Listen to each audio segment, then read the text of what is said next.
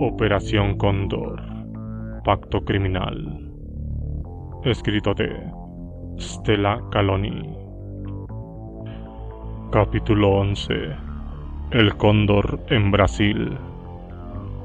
En su libro Operación Cóndor, publicado en 1989, en el capítulo primero, Gladys de Saneman informaba sobre el secuestro en Buenos Aires de los exiliados brasileños Mayor Joaquín Cerveira y Edmur Pericles, quienes fueron transportados a centros de tortura en la Argentina o fuera de ella.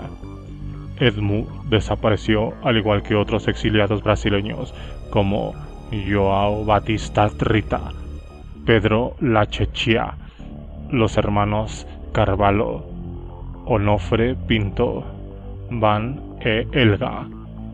El mayor Cerveira, gracias a las denuncias internacionales, fue localizado con vida en una prisión de Río de Janeiro, después de ser brutalmente torturado, según Nosso Tempo. En un informe sobre derechos humanos, el movimiento por la paz, la soberanía y la solidaridad entre los pueblos, Mopasol, revela que el mayor Joaquín Cerveira, del Frente de Liberación Nacional, FLN, y João Batista fueron secuestrados en Argentina a fines de 1973, al parecer por comandos brasileños apoyados por fuerzas de seguridad locales. En enero de 1974, la esposa de Batista Rita se enteró de su muerte mediante un mensaje anónimo.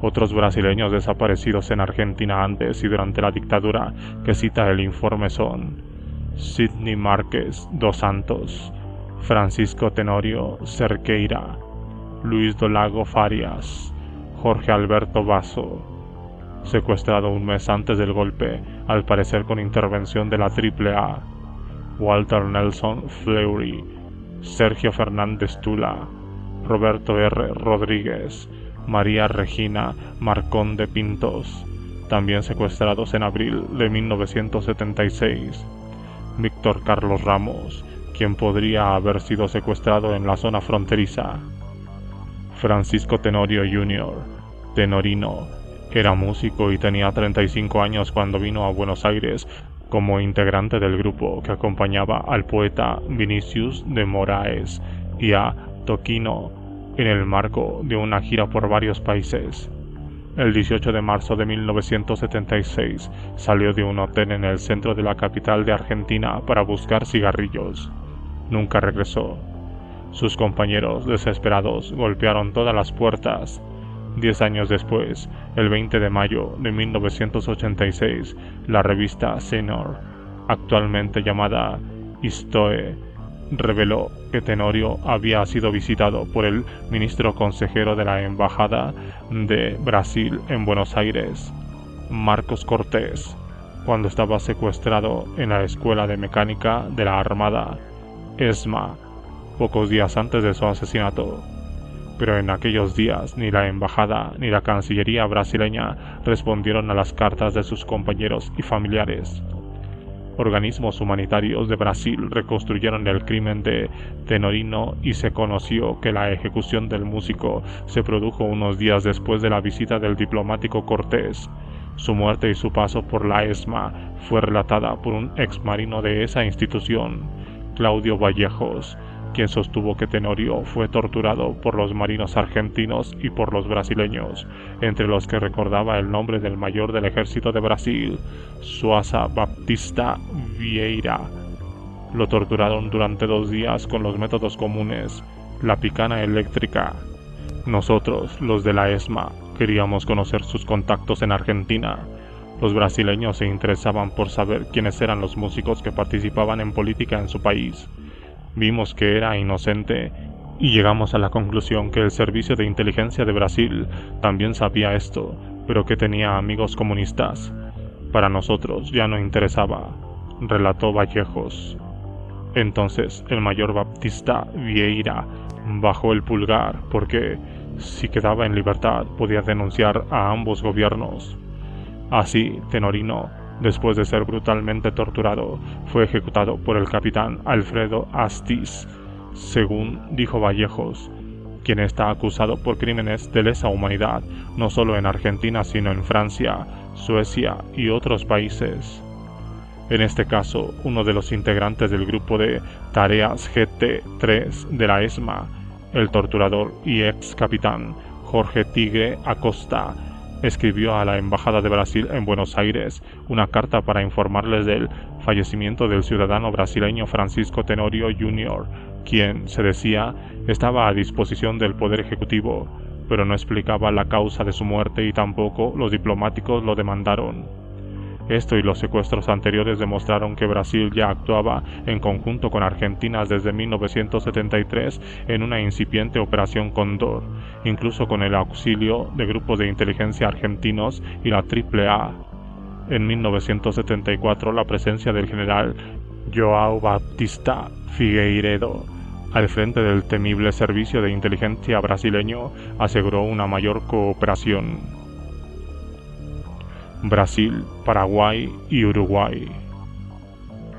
El 1 de diciembre de 1974, durante la presidencia del general Ernesto Geisel, las fuerzas brasileñas secuestraron, por solicitud de Paraguay, a Rodolfo Mongelos, Aníbal Abate, Alejandro Stumpf y César Cabral, y gracias a la presión internacional y brasileña no fueron enviados a su país de origen. Saneman relata que, cuando el general Stroessner viajaba a la zona fronteriza de Foz de Iguazú, todos los paraguayos exiliados en la frontera eran detenidos y concentrados obligatoriamente en la quinta del Batallón de Fronteras, ubicada a 6 kilómetros más o menos del Puente de la Amistad, camino a Itaipú, Brasil. El posterior descubrimiento de archivos policiales en Brasil permitió entrecruzar informaciones que ratificaron también las denuncias de Saneman. El 17 de enero de 1992, el semanario paraguayo La Opinión publicó la información de que César Schiner, presidente de la Comisión de Derechos Humanos de Porto Alegre, Curitiba, denunció que en un edificio del centro administrativo de esa ciudad había importantes documentos archivados. El gobernador de ese estado de Brasil, Allen Collares, incautó 45 cajas con unos 62.000 fichas de políticos nacionales y extranjeros, y varias comisiones parlamentarias lacraron estos sobres para protegerlos, y luego los documentos fueron exhibidos en Brasil. Estos archivos permitieron determinar la suerte de más de un centenar de desaparecidos en ese país, y allí figuraban precisamente los nombres de Stumpf, Mongelos, Cabral y otros citados por Saneman en párrafos anteriores. En Brasil, 187 personas desaparecieron durante la dictadura, aunque se asegura que fueron más de 200. Ese país fue uno de los modelos de los centros de tortura, y sus métodos temibles produjeron miles de víctimas.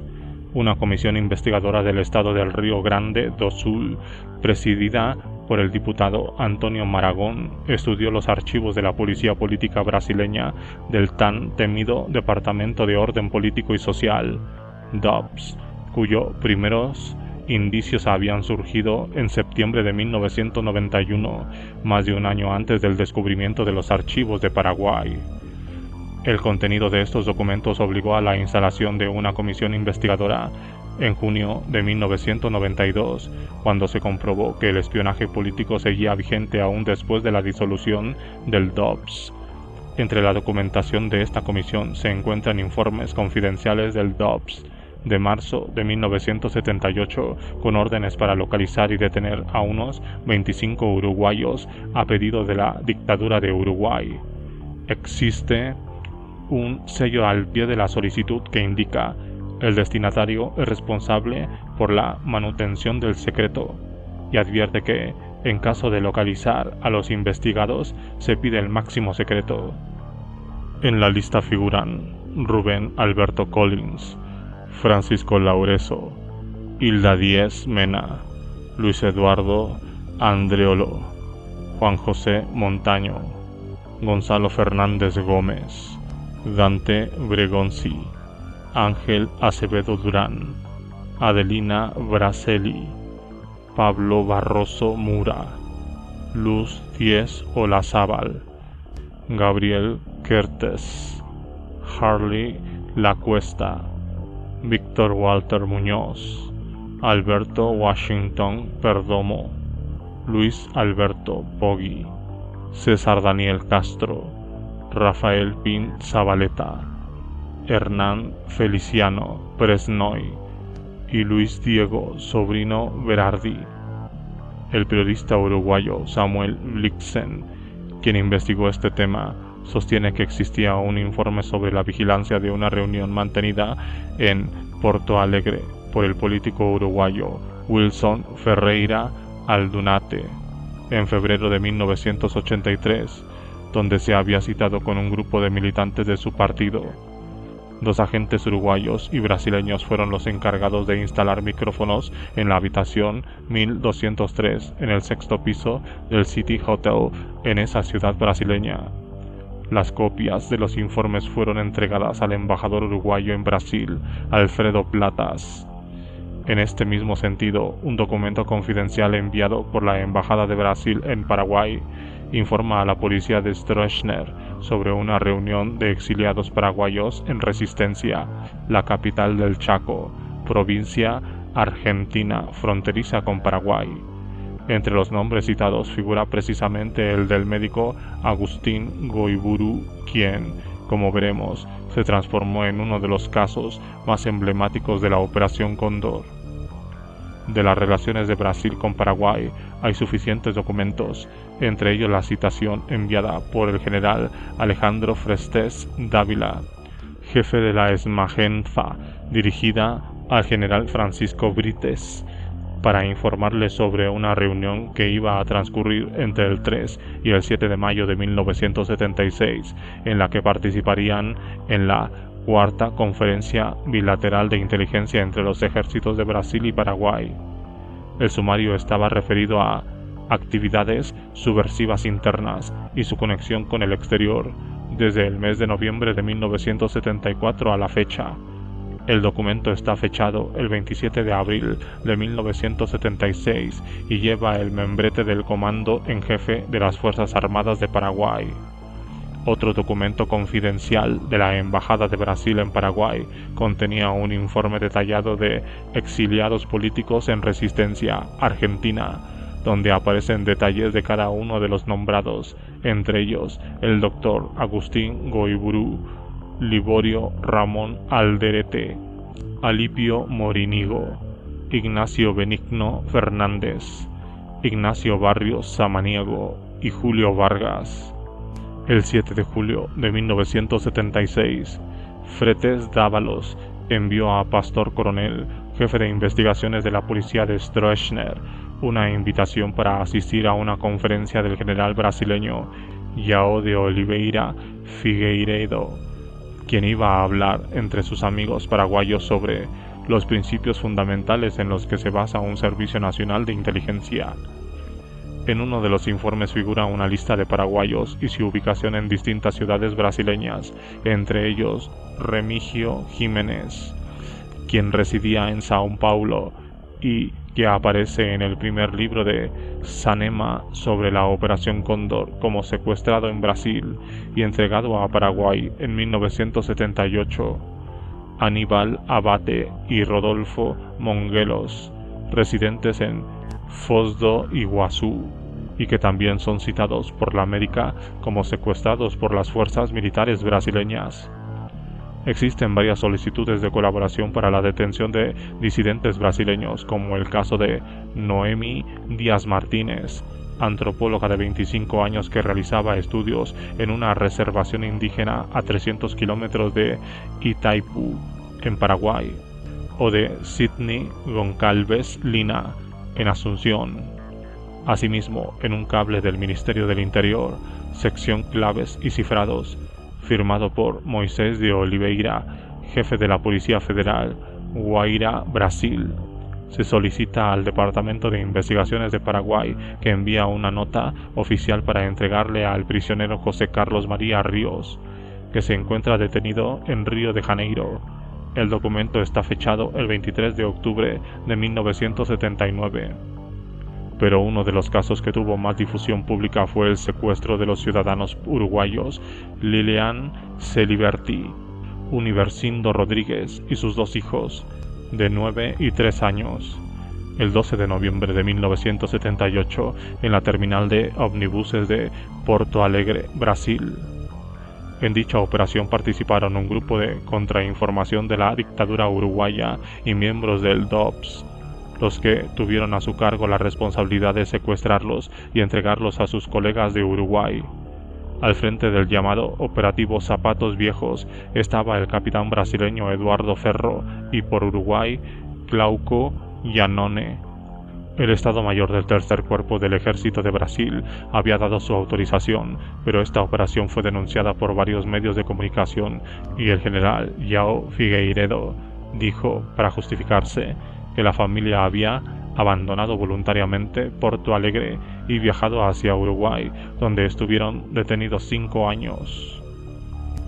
El 23 de noviembre de 1993, algunos testigos como Adelio Díaz, cobrador del autobús que presenció el secuestro, testimonió lo que había visto 15 años atrás, y también Edgar Hooker, delegado de la Policía Federal, quien investigó el caso, confirmó que había participado los agentes del DOPS, pero que guardó silencio con la condición de que los uruguayos respetaran la vida de los 2 niños. Si en aquellos días no hubiera salido el informe del secuestro de inmediato, el matrimonio y sus hijos hubieran encontrado un trágico final.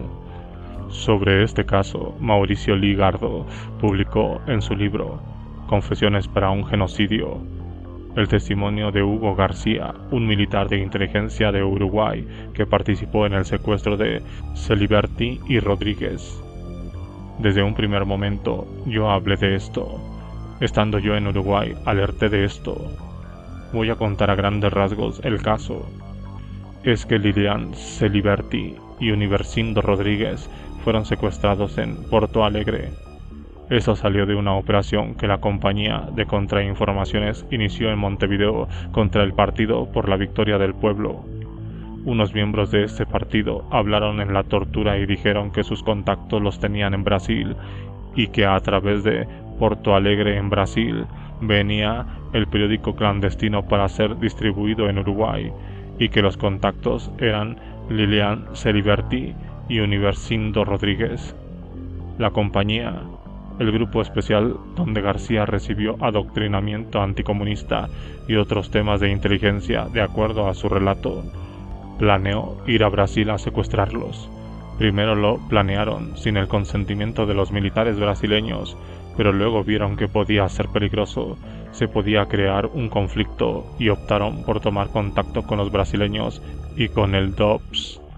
Formalizaron un acuerdo e inmediatamente el DOPS dijo que ellos le prestaban el apoyo para la operación. Esta operación se llevó a cabo.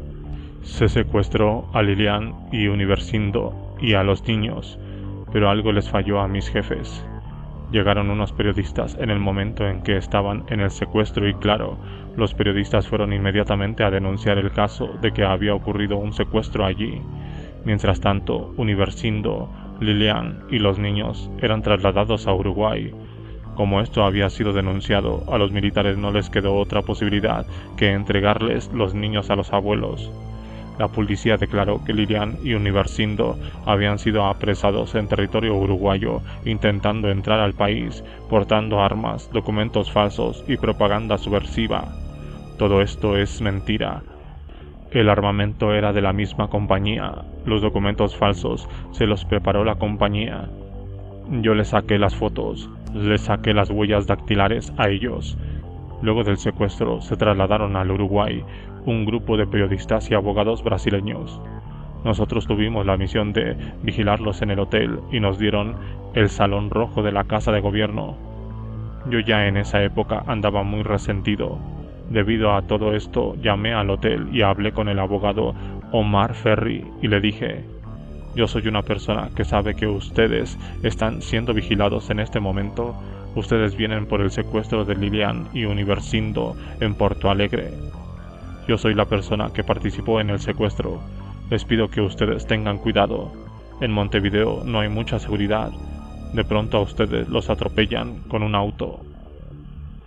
García se reunió mucho después con el Dr. Ferri en Brasil y relató que presenció las torturas a las que fueron sometidos Lilian y Universindo, y testimonió también que los niños Rodríguez estuvieron en casa de un oficial del ejército en Montevideo, cuyo nombre dijo no recordar. Estuvieron unos días allí. Yo estuve en esa casa en el centro de Montevideo. A los niños se les trató bien desde el punto de vista de que eran prisioneros. Reconoció la existencia de varios centros clandestinos en Montevideo, como los locales de la llamada Compañía o el Servicio de Información de Defensa. Ellos tienen unos sótanos donde se usan refinados métodos de tortura y tienen detenidos clandestinos, y los de Funza, fusileros navales, tienen una cárcel donde todos son detenidos clandestinos. Pero García habló también de la presencia de Estados Unidos en Uruguay. En el Comando General del Ejército había una misión americana estable que creó James Carter. Cuando terminó con la ayuda militar en Uruguay, retiró esa misión, pero en realidad siguieron trabajando desde la misma embajada de Estados Unidos. O sea, lo único que hicieron fue cambiar de cuartel. Ellos tienen una constante presencia en el ámbito de las Fuerzas Armadas, además la Escuela de Inteligencia. Una vez, cuando yo estaba en el curso, fue un norteamericano, incluso hablaba español, resaltando la imagen de la Escuela de Inteligencia como una escuela muy avanzada en América Latina. También puedo señalar que la compañía de contrainformación salió una operación llamada 013, que consistía en vigilar a todos los funcionarios de la embajada soviética, incluso al jardinero que era uruguayo y a un funcionario de relaciones exteriores que al parecer era contacto de la embajada soviética. Aquí aparecía un americano en especial que yo no conocía. Esa operación era financiada con muchos dólares porque los que participaban en la operación andaban con puros dólares en los bolsillos. También reconoció que en las clases de interrogatorio y tortura se utilizaban seres humanos y llevaban para el aprendizaje a estudiantes para ver si podían soportar lo que veían. Además, dijo que se torturó a militares uruguayos que no participaban en la dictadura y que él mismo grabó algunos interrogatorios. La justicia también llegó desde afuera para el matrimonio que vivió aquel infierno junto a sus niños. En Italia, el fiscal Giancarlo Capalbo lleva adelante un juicio por la desaparición de italianos en Brasil, entre ellos Lilian Celiberti, quien tiene doble nacionalidad, uruguaya e italiana.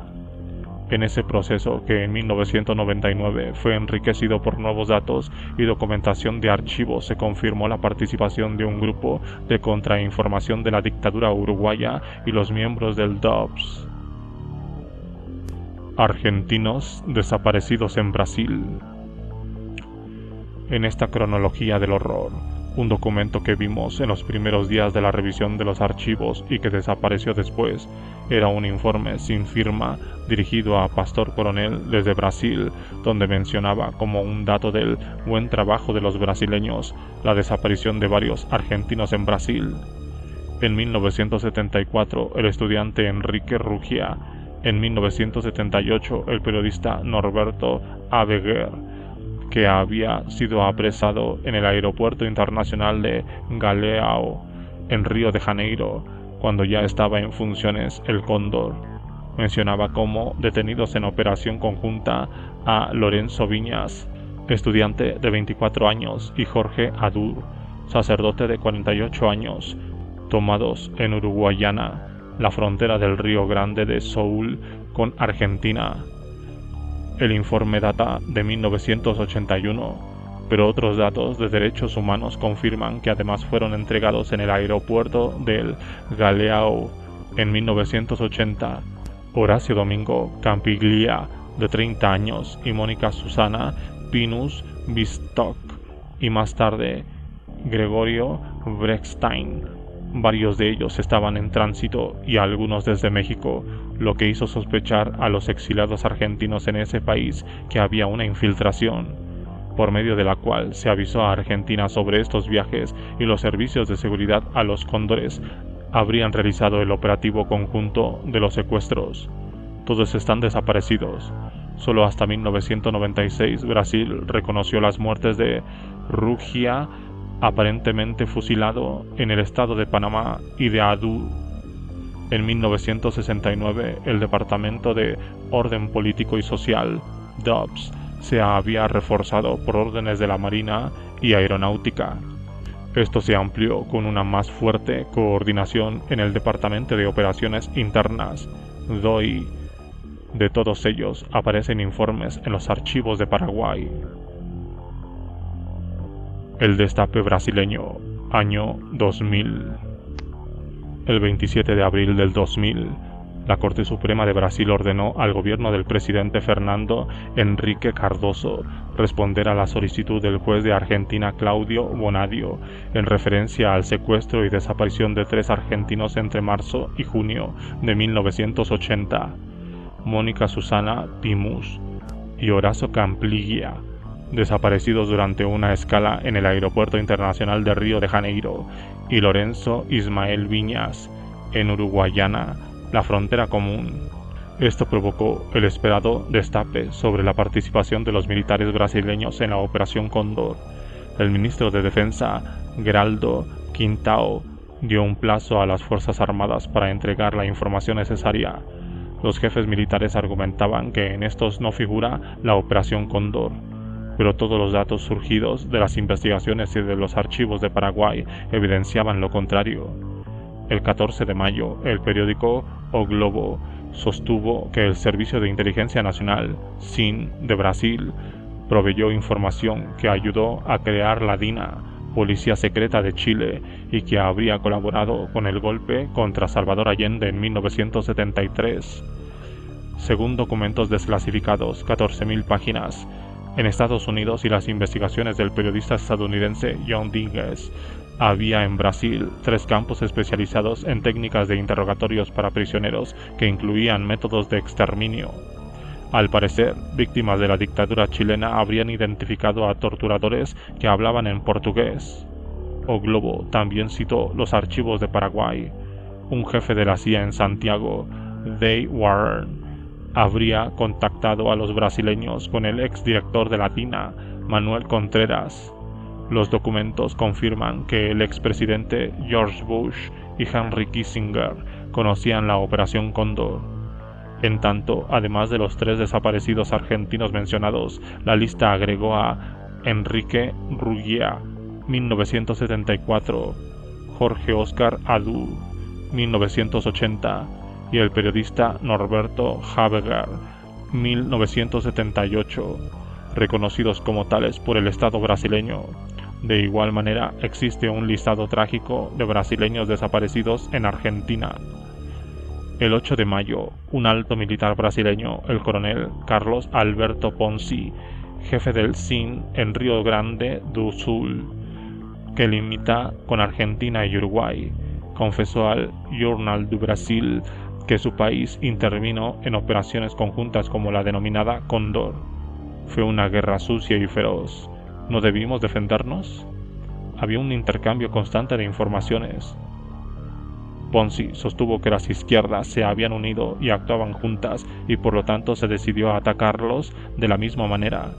Era precisamente el argumento desarrollado a instancias de la CIA en Paraguay cuando detuvieron y torturaron en Asunción en 1974 a Martín Almada.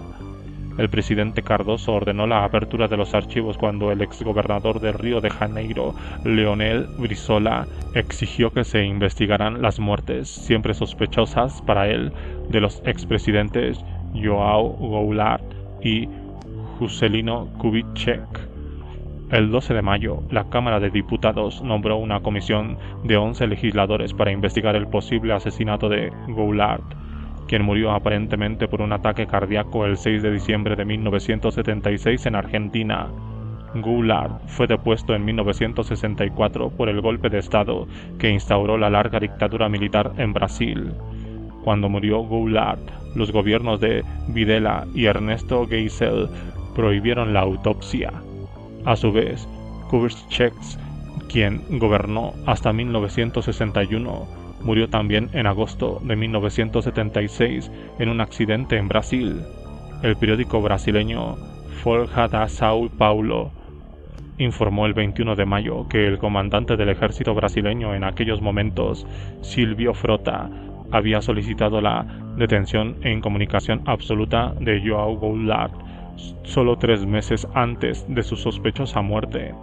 Algunos informes de fuentes que pidieron el anonimato mencionaron el posible uso del gas sarín, el mismo que llevaron a Washington en un frasco de perfume Chanel los asesinos de Orlando Letelier y que finalmente no pudieron utilizar. El gas sarín puede matar sin dejar muchos rastros aparentes, y el temor de que algo así haya sucedido a Goulart no queda fuera de las posibilidades, ya que, como político, el expresidente tenía las puertas abiertas a visitantes. Los asesinos pudieron llegar y salir elegantemente. Ante la situación creada el 17 de mayo, la Comisión de Derechos Humanos de la Cámara de Diputados de Brasil recibió nuevos documentos secretos que entregó el diputado Jair Krischke, del Movimiento de Justicia y Derechos Humanos.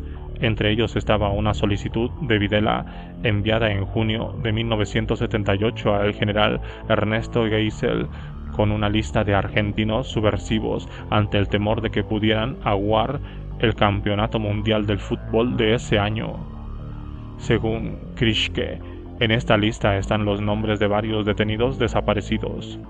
También proporcionó los nombres de varios jefes militares que integraban los mandos superiores cuando fue secuestrado el joven Lorenzo Viñas en 1980.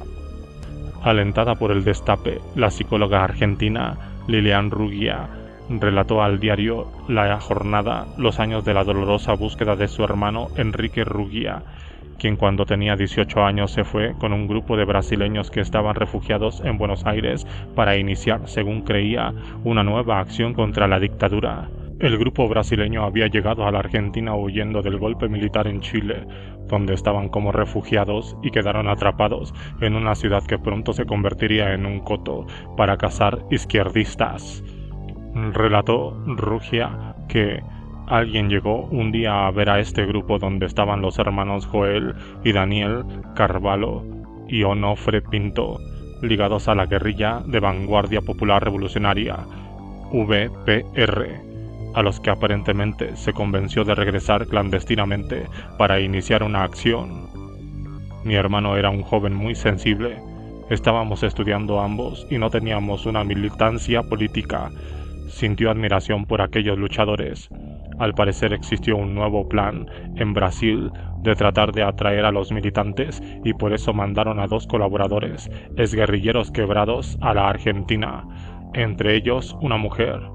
Tenían muchas ganas de atrapar a Onofre Pinto, ex lugarteniente de Carlos Lamarca, con el cual tenían un doble ensañamiento porque había sido suboficial del ejército. Enrique vino un día a decirme que se iba a realizar grandes cosas. Fue la última vez que lo vi. En 1992, Lilian, después de 18 años de búsqueda, conoció la verdad en Río Grande do Sul. Había un joven argentino muerto, aún busca su cadáver, en la trampa tendida que llevó al grupo hasta una finca en Medianeira, en el sur de Brasil, donde, al parecer, lo esperaba el ejército. El abogado Jair Krischke le ayudó a encontrar la verdad. Ahora debe saber si fue una operación conjunta entre argentinos y brasileños y dónde están enterrados los cuerpos.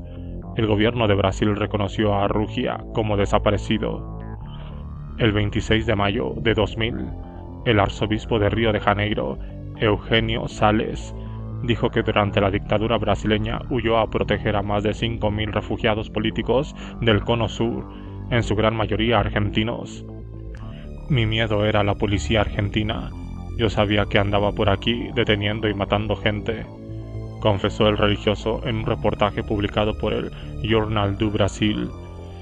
También relató que actuaba represores de otros países y aseguró que muchos perseguidos fueron alojados por la Iglesia. Entre 1976 y 1982 atendimos a cerca de 5.000 personas, cuando la Arquidiócesis de Río alquiló más de 80 departamentos para alojar a los que huían de una u otra dictadura. Incluso sostuvo Sales que conocía sobre la presencia de policías argentinos que actuaban libremente en Brasil y que avisó a familias y refugiados. En la misma fecha, el director de Caritas en Brasil, Cándido Feliciano Neto, contó a la prensa en su país que un argentino invadió incluso la sede de la arquidiócesis para espiar a los refugiados y que muchas veces los policías argentinos intentaron infiltrar a esos grupos, pero siempre fueron descubiertos antes de que hicieran daño. Sales, quien es considerado de derecha, refirió que a veces tomaba el teléfono y llamaba al general Silvio Frota, comandante de la primera división del ejército, y le comunicaba: si llega gente ahí y le dice que estoy protegiendo comunistas, sepa que es verdad y que soy responsable. Mi papel, dijo, era el de cristiano y en una dictadura no hay opción. Mi posición fue la de ayudar a los perseguidos. Aún así, resaltó que los militares en Río de Janeiro nunca intervinieron ni trataron de impedir sus acciones humanitarias que salvaron a chilenos, uruguayos y argentinos fundamentalmente. Los militares brasileños comprometidos con los secuestros de extranjeros quedaron fuera de la protección de la ley de amnistía dictada por el último presidente militar, João Figueiredo.